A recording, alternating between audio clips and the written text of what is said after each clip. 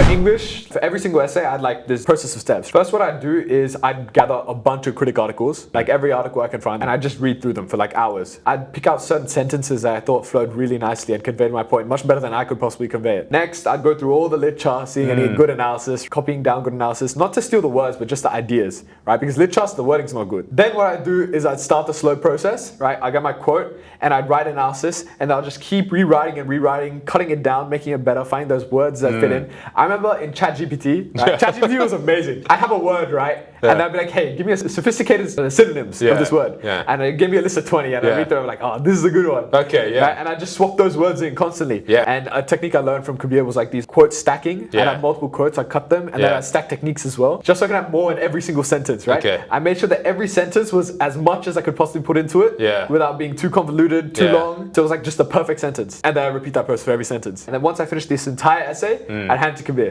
And then Kabir would be like, hey, this doesn't sound right, you know, maybe change this up, you can swap these words. Then I'd just repeat that process. Kabir would give me the green light, I'd be like, this is good. And I'd be like, done. But it's a long process, it takes so long. Yeah, patience is important, isn't it?